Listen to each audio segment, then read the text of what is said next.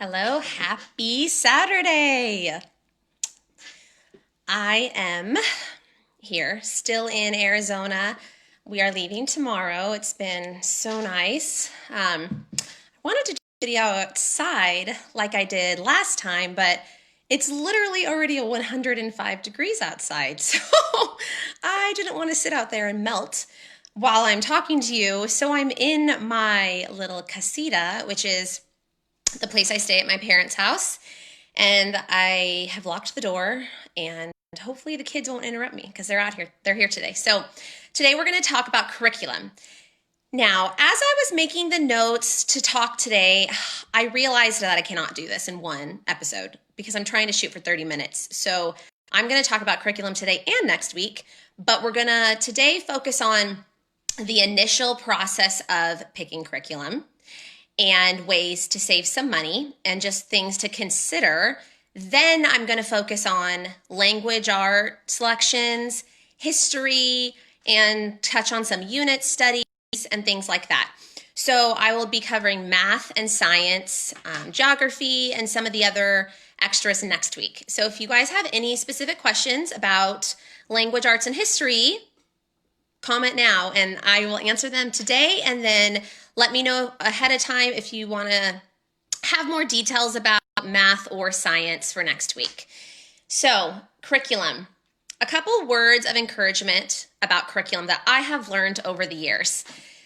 You cannot let you.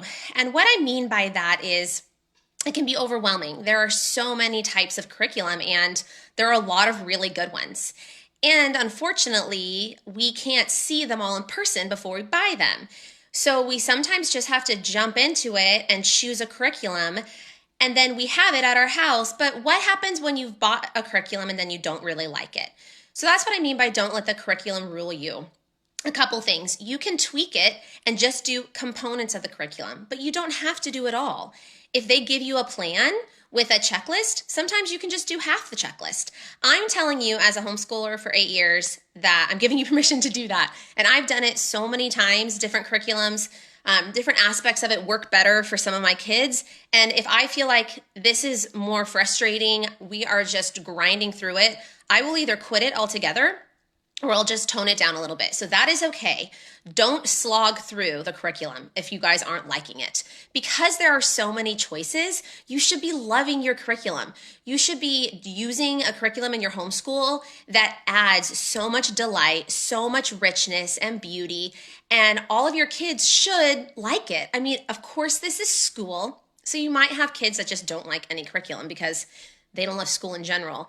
However, just don't let the curriculum rule you, and feel free to trade with a friend, give something a try temporarily, so a couple tips that I wanted to go through are before you plug in and buy the curriculum, download some free samples. Most curriculum companies have options to download samples if you didn't know that, and they're free. And sometimes it's even like a 3-week sample. So you could look at it, you could print it out and try it with your children.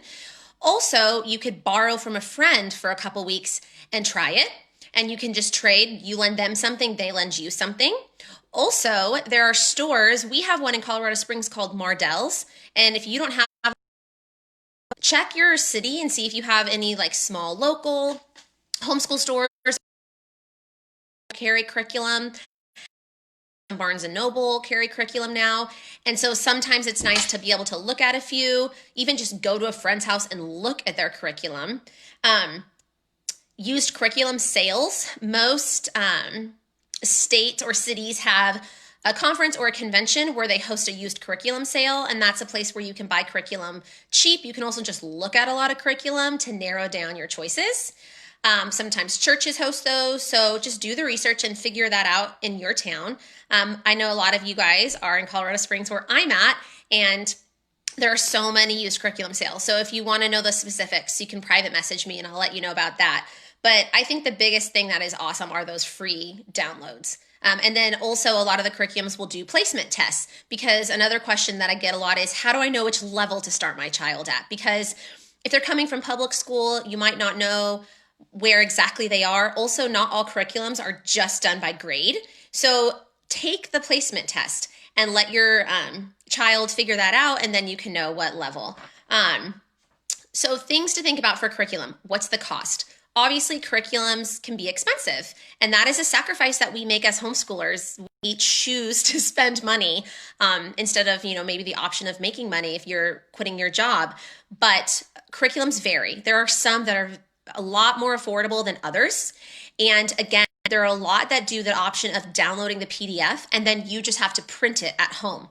So maybe you and your husband decide, okay, we're going to invest in a good printer so we can just print our pages, and then you can put them in a 3-ring binder yourself, or you can spend the extra money and order the book. It depends on that. Again, utilizing your library. I've mentioned this, but a lot of libraries have curriculum. And if they don't have actual textbooks, they have, living books, literature that can. So get on your library's websites, figure out their online database. A lot of them are called Overdrive, and you can download things directly to a Kindle if you have one, or an iPad, or doing curbside. So utilize your curriculums. Are they open, close? So what I mean by here are a couple examples of curriculum. Some curriculums are meant that you can wake up on Monday morning, you and your student, open it up, do it. You didn't have to prep ahead of time. The lesson plans are built into the curriculum. Those are really convenient if you're the type of mom who, you don't want to, or you have a lot of kids and you just don't have the time to plan, or you don't want to think about it. You can just open it up, do it, and close it. That's what I mean by open, close. Some curriculums require a lot more prep work from the mom, and you just have to kind of really, really consider what kind of mom you are and be realistic. Think about how much time you can spend on a Saturday or Sunday prepping for that week. What we do in our homeschool is I have kind of a mix. I like open close for a lot of subjects, but for other ones, I don't mind doing the prep. I think that when they're younger, I'm talking grade, the prep is okay because they can even sit and do it with you and kind of look at what's going on while you're prepping it. And they can play. But when they're older and more kids are independent and they're obviously reading on their own, it's nice to have that open close. So then you can just send your 5th grader to their desk and say, okay, you're going to do this page today and you're going to do it for 25 minutes. Just going to open it, do it, close it. So that's something to consider. Pray. Obviously the biggest, and I should have started with that. Pray about your curriculum. Pray that the Lord sends you the perfect curriculum. Pray that a friend is done and they gift you a curriculum set for free. Pray that when you sit at your computer and you're ready to do your research, that the Lord will guide you to the perfect website.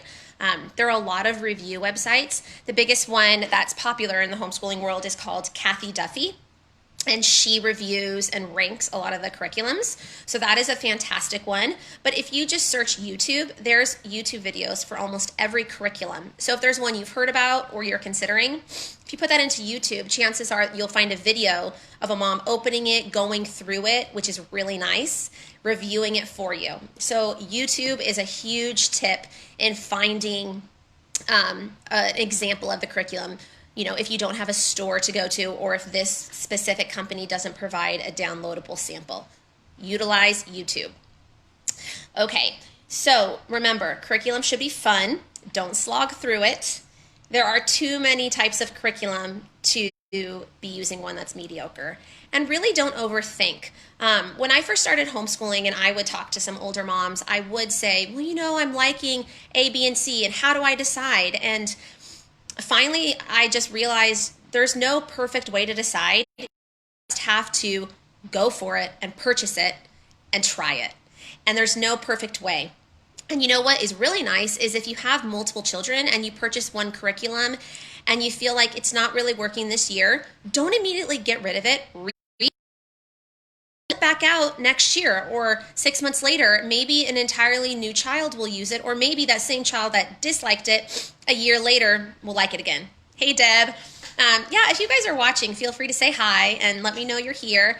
Let me know if you have any questions. So I know that it can be tempting to want to resell it because you want to get your money back, but I would strongly encourage you to save it for just a couple months. Kids get in moods sometimes too, and they might not you pull it out and they forgot about it, and then they think, oh, I'll try that again.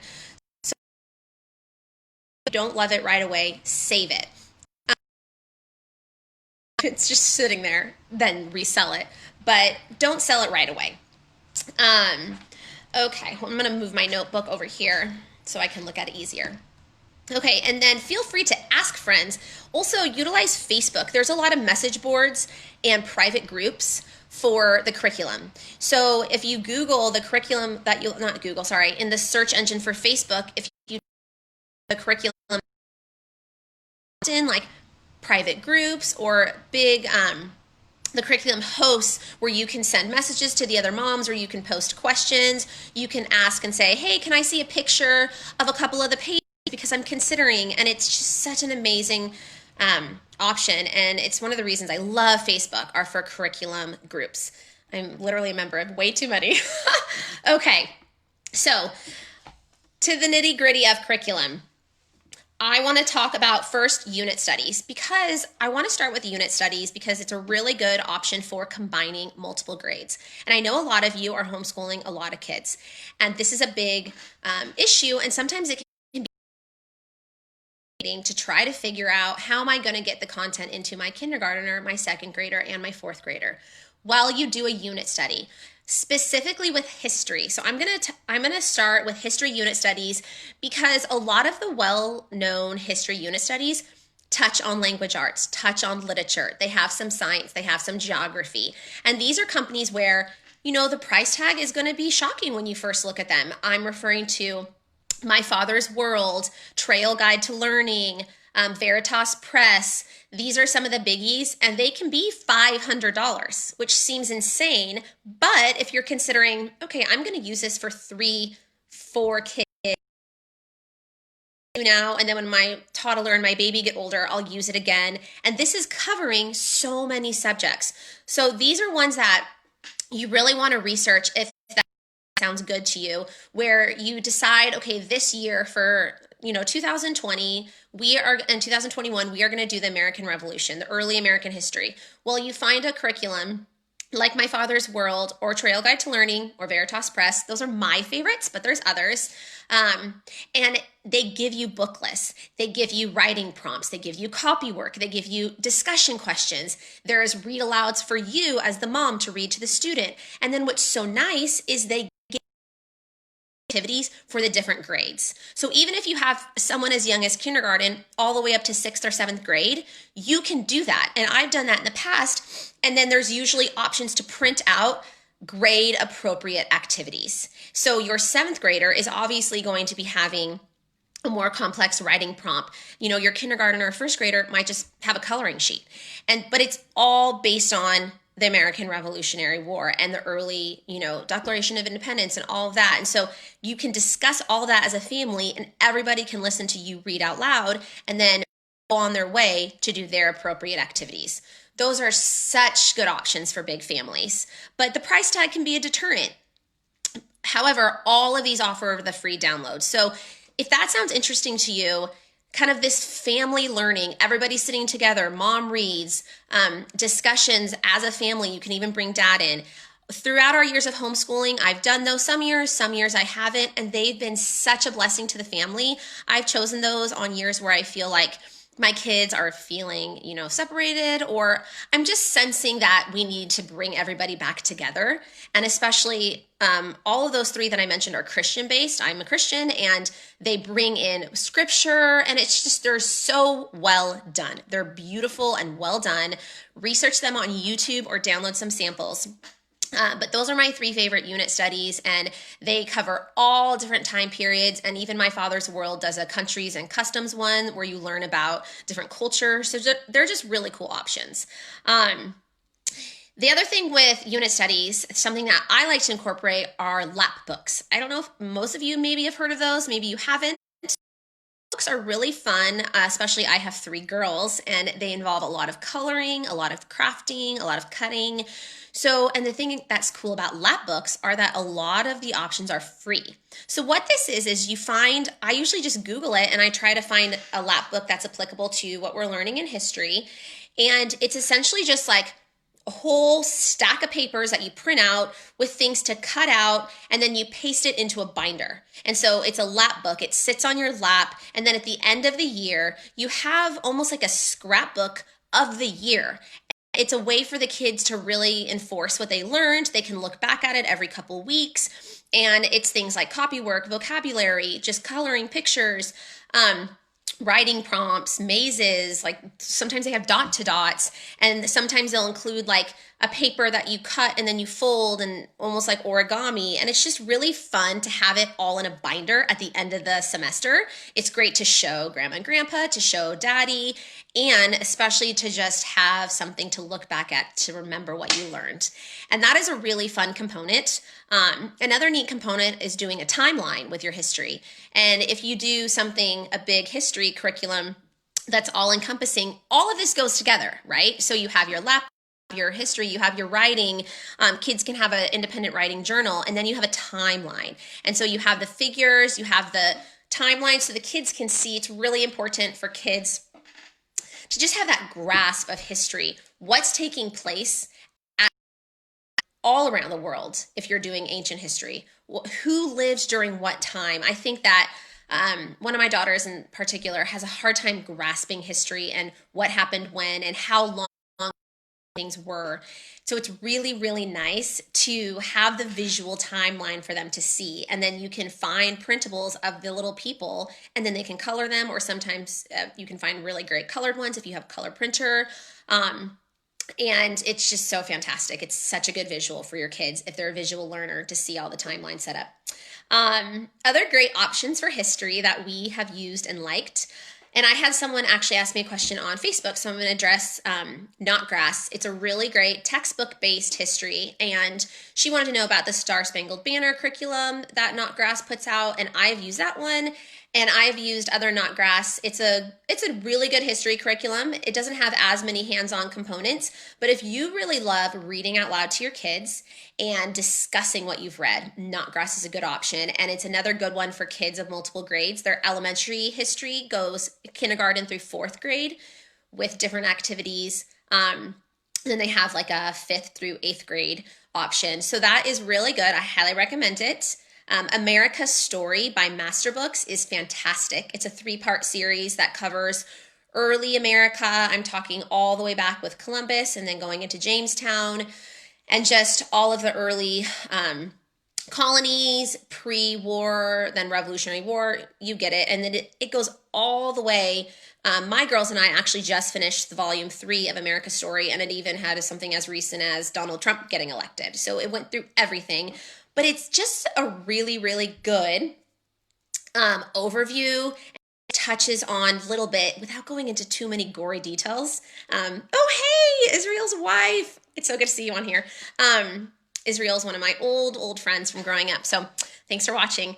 What was I saying? Okay, so I like that America's Story is done tastefully. It's from a Christian perspective, but it's not overly like gory or the details that are going to bore the kids. So awesome, Brittany. I love it.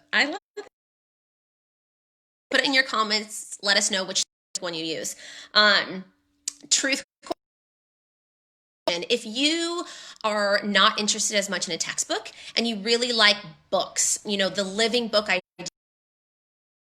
library, but you don't know how to organize them and what time period you start, Truth Quest History is fantastic. It's essentially, and it's not very expensive, it's $30. It's a book list, but she has organized it into the order. So she has different volumes of Truth Quest based on what time in history you want to study. And then she has all the book lists, and so she'll touch on biography. She'll touch on picture books. She has recommendations for specific novels that middle schoolers can read independently. And it is so well done.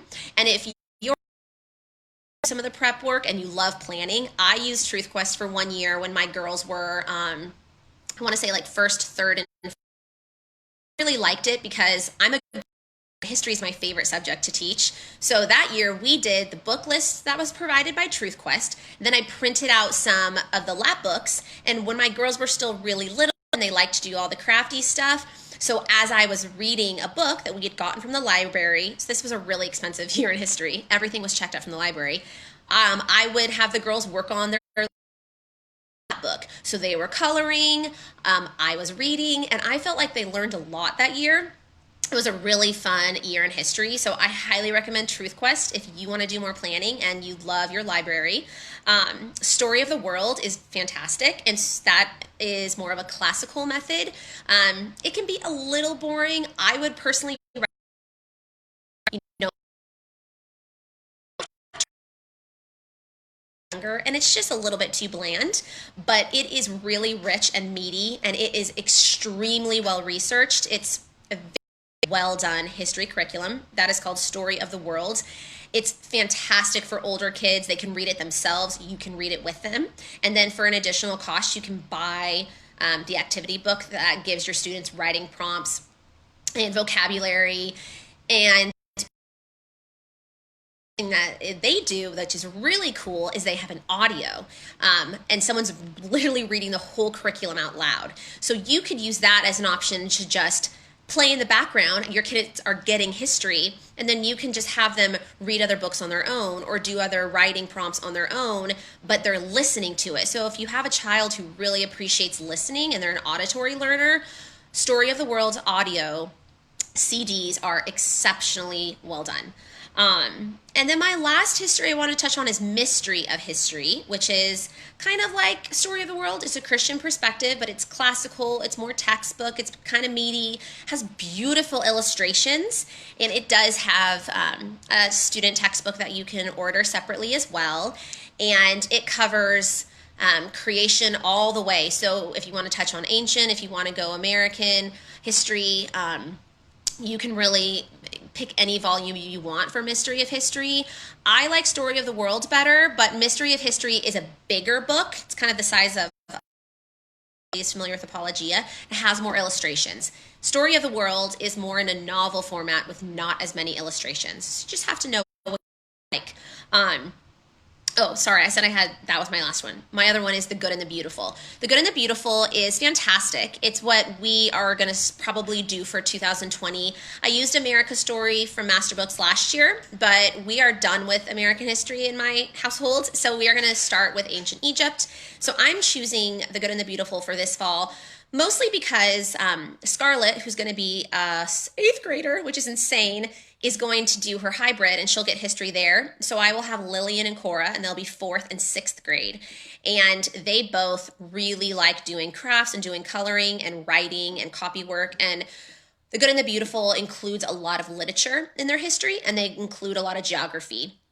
And I can do both my 4th grader and 6th grader and print out the activity. So I'm excited. I haven't started it yet. I have it at home. I already ordered it, but I haven't started it.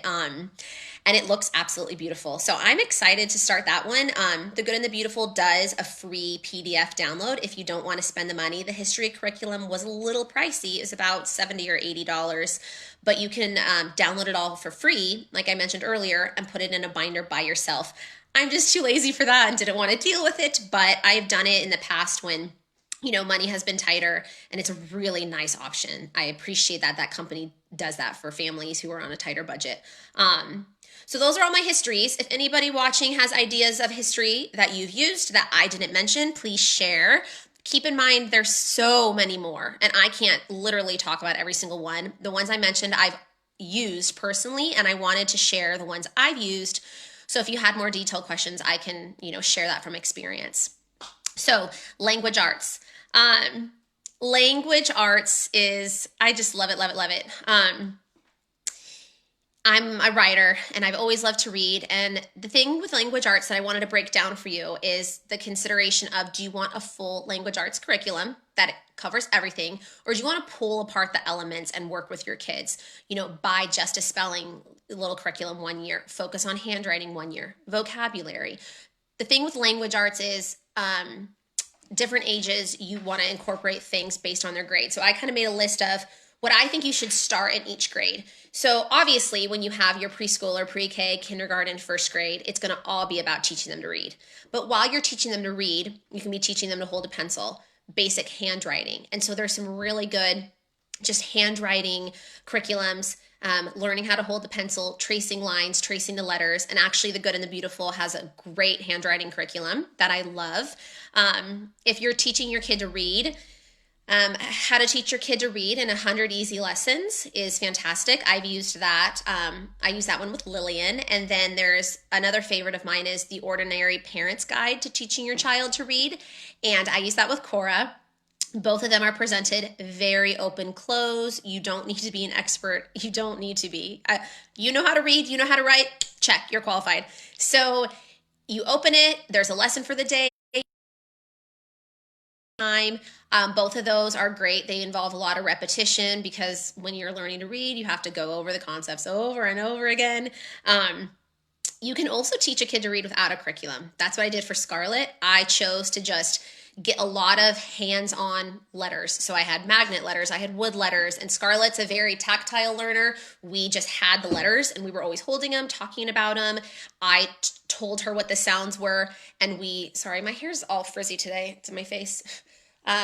It was more of a just talk about the letters over and over and over again. And then I bought her a just easy, simple notebook that she early on started trying to write her letters. You want to make sure you buy the notebooks in the beginning with the 3 lines. You have the top and the middle dotted line because when they're little, they really need to know how to go top to bottom on those lines. You guys know what I mean. But just when you order online, you got to make sure you're getting the right one.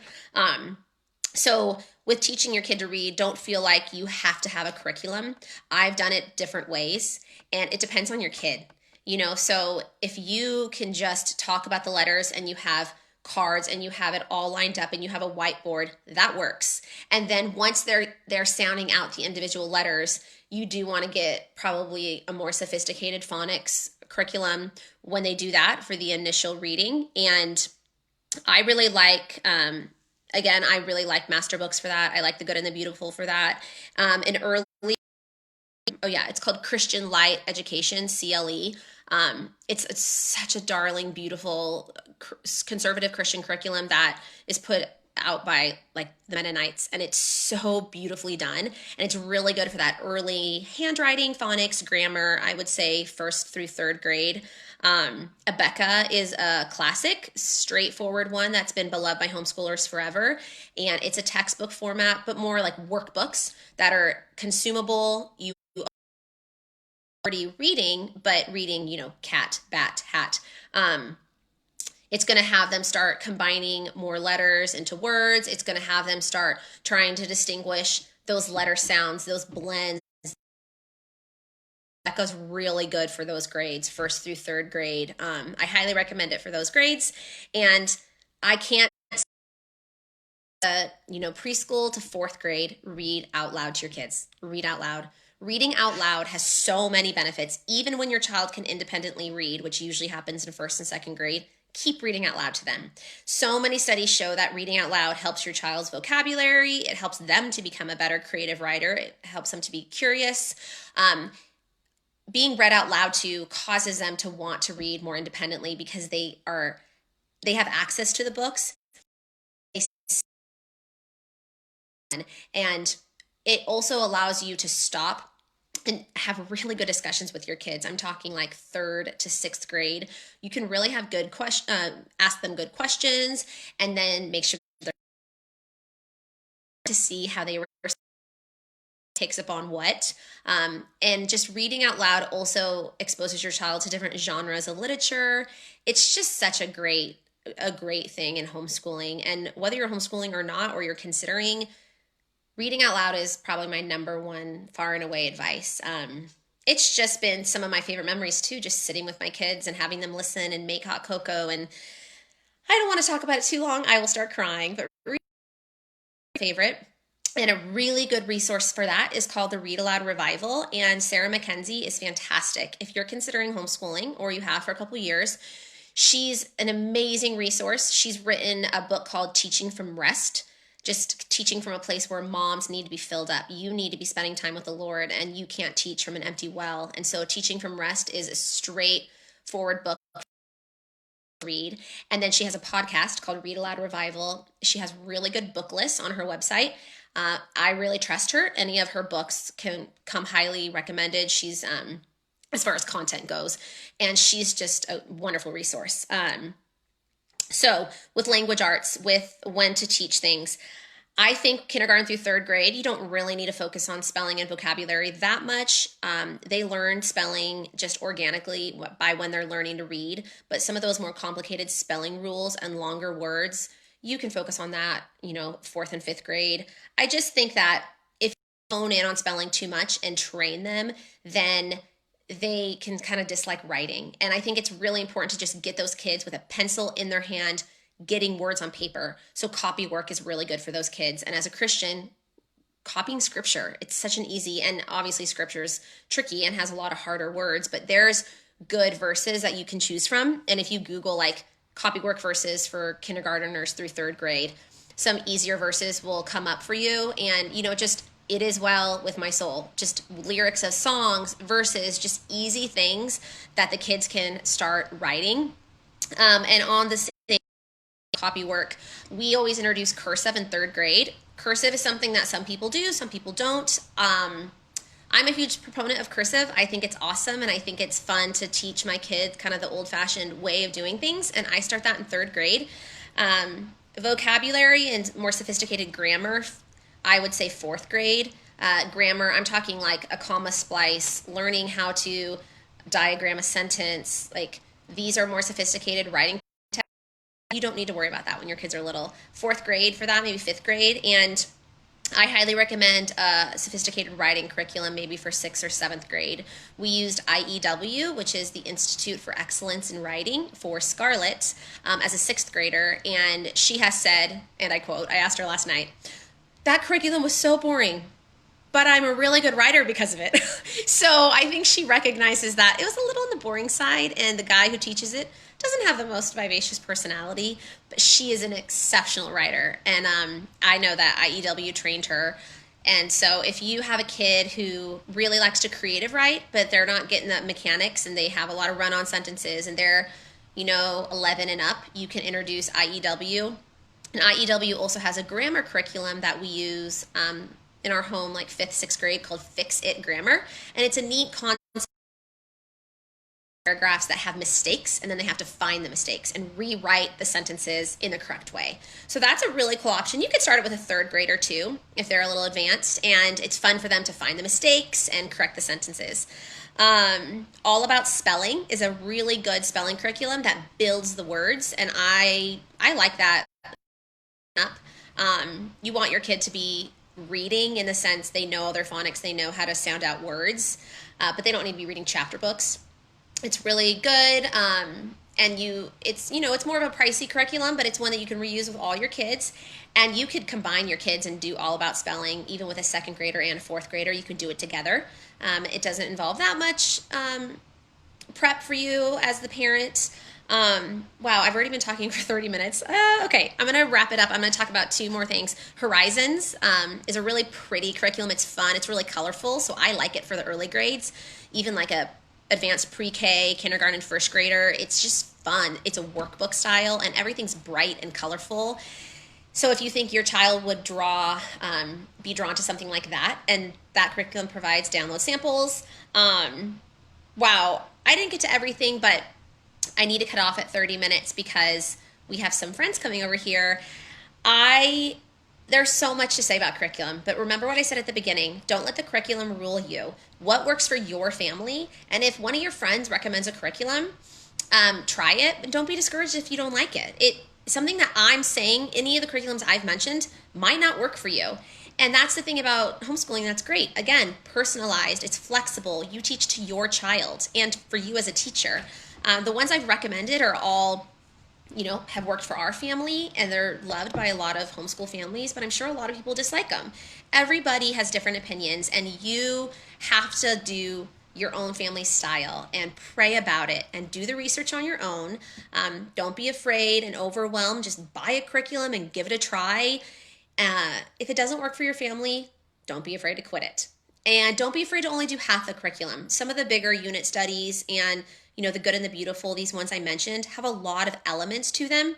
I don't do them all. I never, ever actually have done all the elements of these curriculums. I just decide I don't like this aspect of it, so we're not doing it. And you're in charge and you can make that decision. So thank you for watching. Let me know if you have any questions. Add them here about what I talked about. More on math and science next week. Okay. I love you all, and thank you for your support and for watching. Bye.